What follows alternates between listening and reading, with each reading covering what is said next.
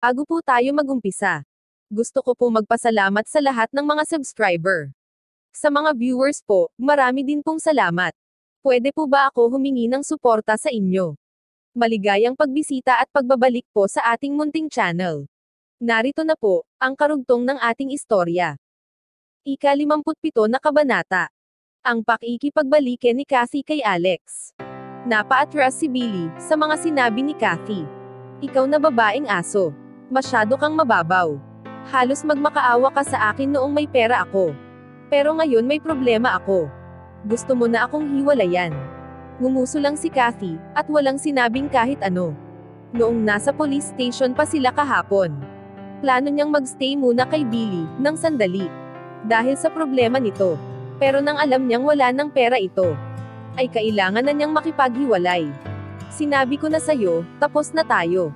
Tumayo si Kathy, para umalis. Pero hinawakan ni Billy ang kanyang braso, at nasaktan siya. Alam ko na, sa simula pa lang kung ano ang gusto mo. Hindi ka espesyal, katulad ng iniisip mo. Naaasar na ako sa iyo. Tumingin si Billy kay Kathy mula taas pababa. At nagpatuloy. Pwede kang umalis kahit kailan mo gusto. Kapag naibalik mo na ang pera na naubos ko sa iyo. Hoy, Billy, lalaki ka ba talaga? Humihingi ka ng pera sa babaeng katulad ko. Wala ka na bang kahihiyan? Nang marinig ni Kathy na humihingi si Billy ng pera sa kanya, ay nabigla siya. Ako ay girlfriend mo ng ilang buwan. Kailangan mong magbayad, para sa lahat ng oras na ibinigay ko sa iyo. Hindi yung ikaw ang manghihingi. Wala ka ba talagang pride? Gumastos ako sa iyo ng mahigit $100,000. Sa palagay mo sapat na iyon? Hindi na nakakapag-isip si Billy ng maayos. Parang hindi na niya alam ang kanyang mga sinasabi. Ang una ay kailangan niyang maghanap ng pambayad sa $350,000. Tapos ngayon ay sinabi ni Kathy na iiwanan na siya nito. Sabi ni Billy, dahil namamalimos ka, ibabalik ko ang ilan sa mga pera mo. Nagsalo tayo sa kama. Kung babayaran mo ako ng $350,000, tabla na tayo. May sakit ka na ata sa pag-iisip. Sabi ni Kathy, habang nakatingin kay Billy, at hindi makapaniwala sa narinig. Wala kang makukuha sa akin, kahit isang sentimo. Ikaw ang nagnakaw ng pera. Kaya, ikaw ang magbayad. Ikaw ang hinahanap ng mga pulis. Desperado ka na, at nasisiraan ka na ng ulo. Gusto mong makuha ang lahat ng pera sa akin, nababaliw ka na. Ang mukha ni Billy ay may bakat ng kamay sa pisngi. At gulo-gulo rin ang buhok nito. Nagpatuloy pa si Billy sa pagsasalita. Alam mo mayroon akong mga kilala na mapanganib na mga tao. Kung hindi mo maibabalik ang pera ko sa loob ng 1 linggo, mag-iingat ka. Bantayan mo mabuti ang likuran mo. Kung hindi mo ako mababayaran, sinisiguro ko na nasa malaking gulo ka. Kahit na mapunta ako sa kulungan, siguradong makakatabla ako sa iyo. Bulong nito sa tenga ni Kathy, at may malademonyong ngiti. Pagbabanta ni Billy. May kaunting alam si Kathy, sa nakaraan ni Billy. Alam niyang dahil sa mga connection nito, at determinasyon, makukuha nito ang kanyang paghihiganti, kung hindi niya maibabalik, ang pera na kailangan nito. Pero saan siya kukuha ng $350,000? Naglakad si Kathy palabas ng cafeteria, at nadaanan niya si Alex. Ang kanyang buong pag-iisip, ay nakatuon sa $350,000. At hindi niya napansin si Alex na nalagpasan niya. Habang tahimik si Alex, nakaramdam siya ng pagkabigo para kay Kathy. Noong una siyang na-inlove kay Billy, nag-alala siya.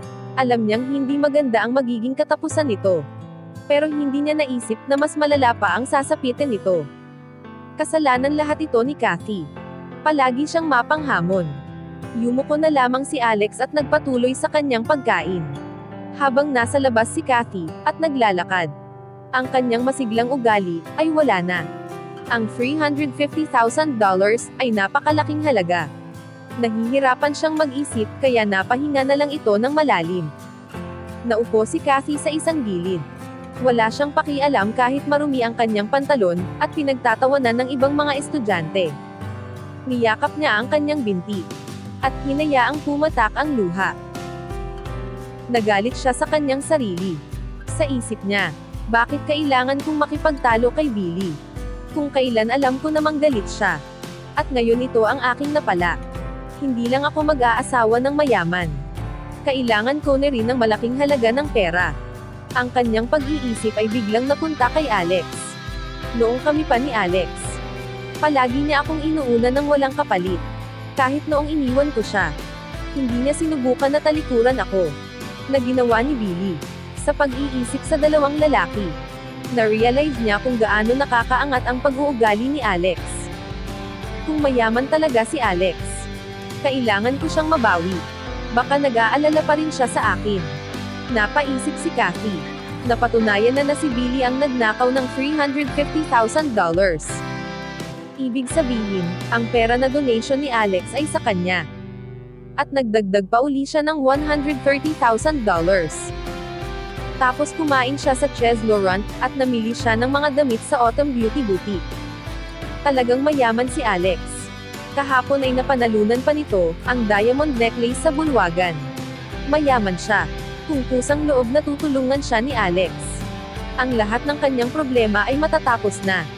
Sa isipin na ito, na-excite si Kathy. Nabuhayan siya ng loob. At nagkaroon ng pag-asa. Ang tanong na lang ngayon ay kung tutulungan ba siya ni Alex.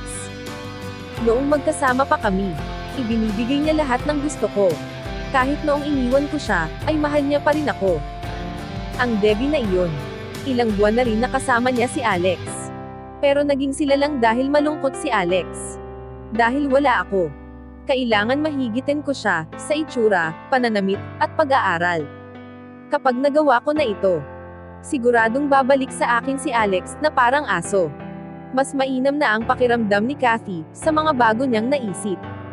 Tumayo siya sa pagkakaupo, at tumingin sa mga lalaking nanonood sa kanya. Miss Beautiful, huwag ka nang malungkot. Si Billy ay isang magnanakaw. Tara mamasyal tayo, ibibili kita ng maiinom. Ang mga lalaki ay nakita ang pagtatalo sa cafeteria, kaya nagpunta ito para pasayahin siya. Huwag ninyong isipin na hindi ko alam, ang isang bagay na gusto ninyo. Ngumisi si Kathy sa kanila. Ang malungkot na mukha nito kanina ay wala na. Bakit hindi kayo magsialis? Ngumuso siya at tinuturo ang daan sa mga lalaki. Kailangan niya ng tahimik na lugar para mag-isip ng plano. Upang mabawi si Alex. Nang matapos kumain si Alex, pumunta na siya sa dorm para makita sina Ben at iba pa. Nasa sabik silang makita siya, upang tanungin ang lahat ng mga nangyari. Walang sinabi si Alex tungkol sa Harmony Island. Gusto niyang manatili sa pagiging low profile. Nagpasya na siyang bumalik nang malaman na kung sino ang totoong magnanakaw. At naaresto na ito. Nag-alala siya sa kanilang pagkakaibigan, na baka biglang magbago. Kung sasabihin niya ang tungkol sa kanya, paano niya malalaman kung totoo ito sa kanya, o pera niya lang ang habol? Alam niya na hindi niya magugustuhan iyon. Kaya nagpasya siya na itago muna ang lahat. Napansin ni Alex na hindi pumasok si Kathy sa panghapon na klase. Natatakot siya na, baka kung ano na ang ginawa ni Billy sa kanya. Kinagabihan. Gusto ni Alex kumain kasama si Debbie. Pero kailangan ni Debbie magstay sa classroom para sa mga nakaligtaang lesson. Habang iniisip niya na kumain mag-isa, biglang nagring ang kanyang cellphone. Tumatawag si Kathy. Nag-aalangan na si Alex na sagutin ang tawag ni Kathy. Pero sinagot niya rin ito. Alex. Mula sa kabilang linya. Sigurado siya na may feeling pa rin ito para sa kanya. Nang makita niya na ako ang tumatawag, ay mabilis niya itong sinagot. Sa isip ni Kathy. Bakit? Tanong ni Alex na may palakaibigan na tono. Natatakot si Alex na baka may gawin itong hindi magandang bagay. Mahinang umiiyak si Kathy. Okay lang ako. Gusto lang kitang makita. Okay lang ba? Wika ni Kathy sa kabilang linya. Gusto niyang makuha ang simpatsya ni Alex. Nag-aalangan si Alex. Pwede ba kitang makita? Dati ay lagi kang masaya kapag nakikita ako, umaga man o gabi. Nag-iba na talaga ang pakikitungo mo sa akin. Tanong ni Kathy habang humihikbi. Kung ayaw mo, ay wala na akong sasabihin. Sa palagay ko ang taon na pinagsamahan natin, ay wala na. Na-disappoint si Kathy. Pero hindi niya tinapos ang tawag. Sige, wika ni Alex, magkita tayo. Maraming salamat Alex. Magkita tayo ngayon sa Angel Bar, sa labas ng paaralan. Tinapos na agad ni Kathy ang tawag dahil baka magbago pa ang isip ni Alex. Si Kathy ay nasa Angel Bar na. Inilabas niya ang kanyang maliit na salamin para magpaganda. Isang proud na ngiti ang nakita sa kanyang salamin. Nang tinawagan ko siya, pumayag siya na magkita kami. Wala ka na talagang natitirang pride. Pero hindi kita sinisisi. Mahal na mahal mo pa rin ako. Hindi pumasok sa isip niya na kapag nandoon na si Alex, sasabihin nito na nakipagkita siya para sabihin na huwag na siyang tatawagan. Isa ang Angel Bar na paborito puntahan na malapit sa Preston University. Ang Angel Bar ay sobrang sikat sa mga estudyante. Naglakad si Alex sa bar, at nakita si Kathy. Kumakaway ito sa isang sulok. Tinawag siya nito. Umupo si Alex sa tapat ni Kathy.